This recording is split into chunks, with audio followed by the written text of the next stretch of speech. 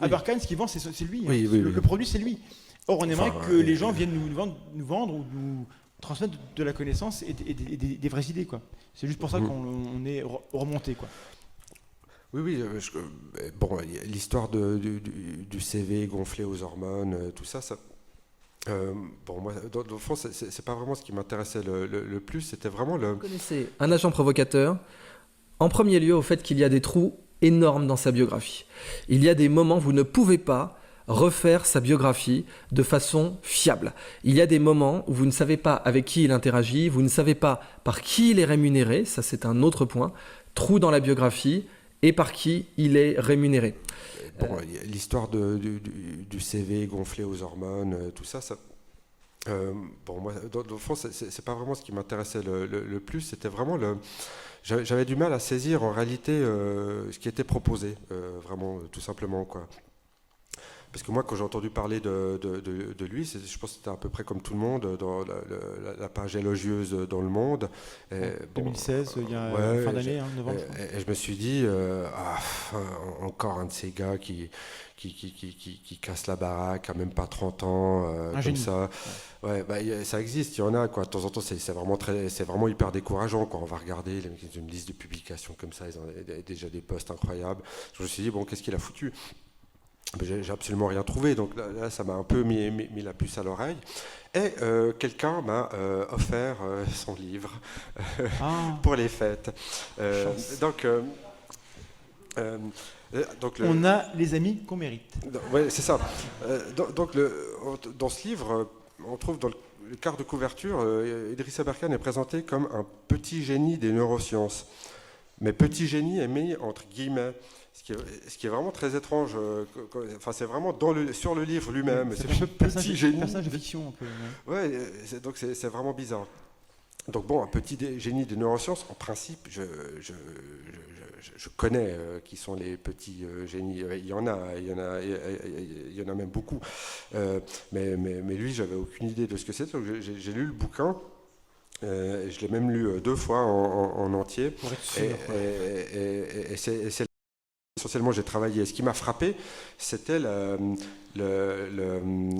vacuité, en fait, totale, quoi, de ce livre.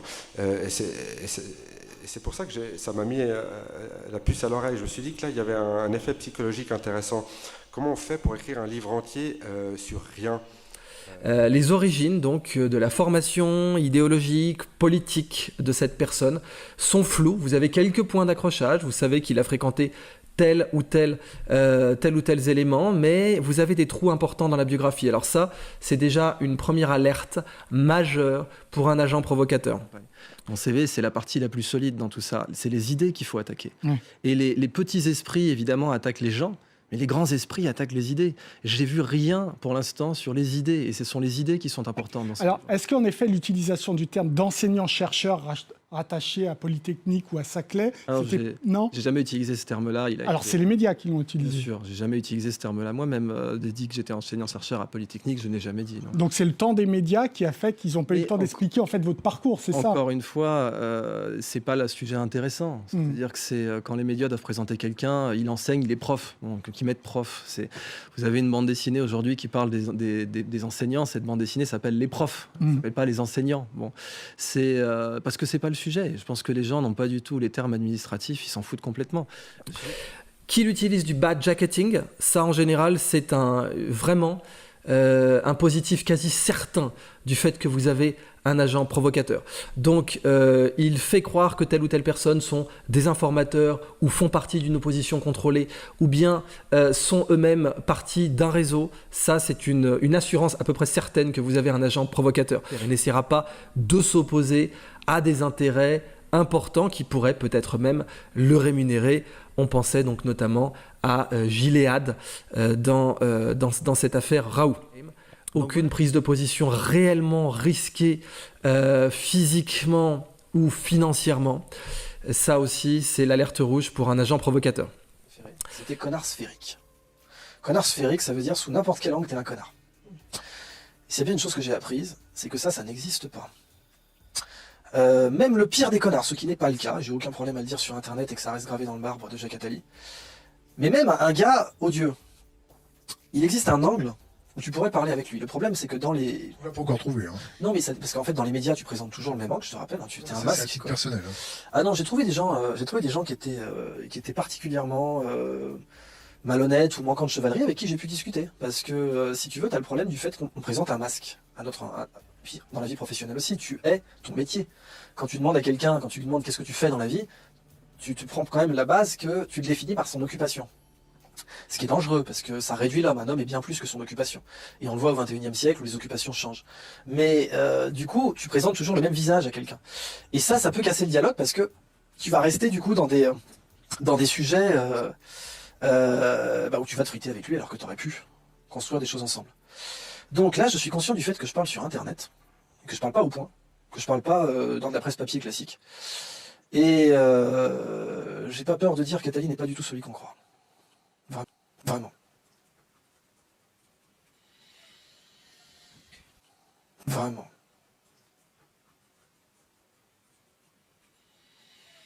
Sont perdus. Et je vais même vous donner un petit scoop. Parce que on aime bien nous avons eu le journal Le Monde qui a décortiqué les 10 000 premiers abonnés de Front Populaire et qui a décelé 5 personnes qu'on pourrait classer dans l'extrême droite. 5 sur 10 000, ça fait 0,005%. Or, depuis que nous analysons les données de nos abonnés, 31 000 abonnés, nous nous rendons compte, étonnamment, que beaucoup des abonnés sont en fait d'anciens marcheurs qui sont déçus de l'hypercentralisme et de l'hyperverticalité. C'est-à-dire beaucoup. On est sur une proportion d'au moins un tiers de nos abonnés qui sont des anciens marcheurs et Stéphane qui veulent Simon nous disait 70% ce matin. Voilà, ça a évolué. Non, c'est 70% de nos abonnés sont dans une démarche qui était une démarche proche, non pas celle d'Emmanuel Macron, mais qui sont dans une démarche de souverainisme, qui ne sont pas contre l'Europe. D'ailleurs, nous ne sommes pas contre l'Europe, nous sommes pour l'Europe des nations. Nous sommes contre l'Europe maastrichtienne. Nous sommes effectivement, en quelque sorte, le retour de ces Français qui ont été spoliés de leur vote en 2005. Ils n'ont pas réussi à faire finalement. Non, mais vous verrez, si vous allez voir le site, il n'y a pas que des gilets jaunes. Il n'y a pas que des gilets jaunes. Alors, vous avez raison. Une, par exemple, la première Jacqueline Moreau, en l'occurrence. Voilà, Jacqueline Moreau. Et dans si vous allez dans les onglets sur les cahiers de doléances, vous voyez les principales propositions qui sont classées par ordre de popularité. Et effectivement, la première, c'est le RIC, le référendum d'initiative citoyenne. Mais vous voyez, le deuxième, c'est sanctuariser les données informatiques de la France. Il y en a d'autres, c'est allouer les biens immobiliers vacants de l'État au logement social d'urgence. Vous voyez là que je ne crois pas que nous soyons dans le fascisme. En tout cas, le débat est lancé. Merci à tous et à toutes d'être venus sur ce plateau. Ça tombe bien, 2019 a été une année record de violences gratuites, d'augmentation des homicides, de la délinquance. Ça a l'air effectivement de marcher très bien, la reconquête républicaine. De la même façon que l'islam politique continue de progresser. Preuve en est, l'association LAMIF, qui est dirigée aujourd'hui par un certain nombre d'anciens frères musulmans défroqués, est en passe de diriger l'islam de France que M. Macron veut instaurer. Donc tout va très bien. L'islam politique progresse et avance par contre. Et ce soir, des téléspectateurs nous alertent sur le fait que vous seriez membre du comité de soutien national France Solidaire avec François Fillon. C'est vrai ou c'est pas vrai? Vous êtes vous aussi très bien informé depuis très haut apparemment. Ah non, ça c'est je ne sais pas. C'est les réseaux sociaux qui apparemment turbinent. Très bien. Pas soutien de François Fillon. C'est pour ça qu'on vous pose la question.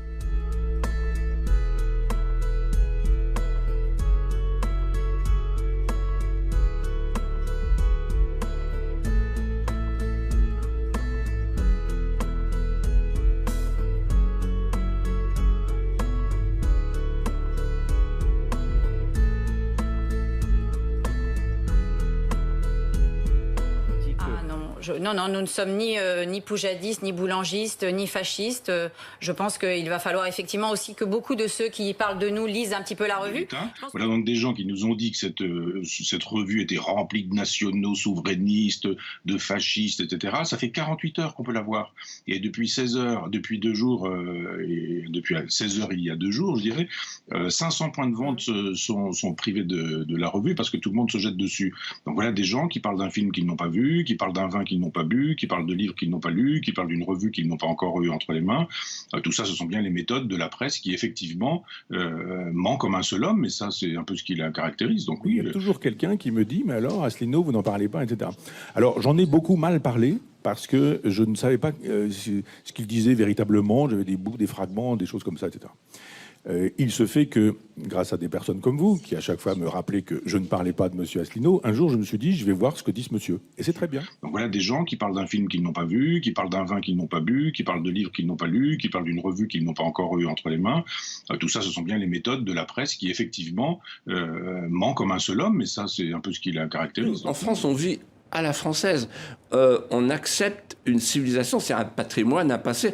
Parce que si on se met à déboulonner ou à mettre des contre-monuments, alors il va falloir censurer Molière pour féminicide, Voltaire pour islamophobie, Charles de Foucault, Lyotet, Delattre, etc. Pour colonialisme, etc. etc. Ouais. On n'en finit pas. Deuxièmement, que l'occasion, qui est belle, soit saisie par le président de la République pour décrocher et déboulonner les statuts de tous les criminels contre l'humanité, dont les crimes sont imprescriptibles. Robespierre, Marat, Saint-Just, Turreau, Carrier. Savez-vous que, et j'ai écrit une lettre au président de la République, que je vous remets, le général Turreau, l'homme des colonnes infernales, est sur l'Arc de Triomphe. Et vous êtes opposé.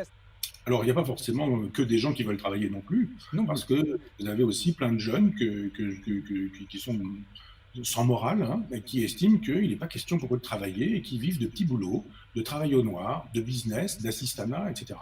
C'est-à-dire qu'il y a plein de gens qui disent nous, on déclare, on y a droit, donc, et même si on n'y a pas droit, on fait des fausses déclarations, et il y a des profiteurs du système. Vous n'allez pas devenir Guy Bedos parce que vous aurez fait les arts du spectacle, ou Roman Polanski, sans morale. C'est du moralisme. C'est-à-dire qu'on revient au XVIIe siècle. C'est extraordinaire. Elle nous ramène au XVIIe siècle. Eric, justement, toute l'œuvre. Mais Céline était antisémite, et je tiens Céline pour un des plus grands écrivains. Aragon a fait l'éloge de la Tchéka, qui a massacré des millions de gens. C'est pas plus grave, ça ? Je pense que... Et moi, j'adore Aragon, et je lis La Semaine Sainte et d'autres livres d'Aragon. Mais je pense que du point de vue d'une femme qui a subi une agression sexuelle, ce que vous dites, malheureusement, on ne peut pas l'entendre. Je comprends très bien, mais il faut savoir distinguer. L'artiste de l'œuvre, c'est la base de la civilisation. Si on ne distingue plus entre l'artiste et l'œuvre, je vous dis, on revient au moralisme d'avant tous les progrès de la civilisation. C'est du puritanisme. Qui sont sans morale. Effectivement, ment comme un seul homme, mais ça, c'est un peu ce qui la caractérise. Donc. Merci beaucoup. Et puisqu'on est un peu dans l'intendance, et qu'on peut le dire probablement, je ne suis pas un peu dans l'ombre là. Non, ça va très bien. Ça va, c'est parfait. Tout à l'heure, j'ai un soleil et... On peut essayer peut-être là, si tu veux. Comme tout à l'heure, mais il y a moins de lumière. Donc... Eh bien, ouais, merci beaucoup Michel Onfray, vraiment. Alors, je suis, tu es, il est, nous sommes, vous êtes, ils sont.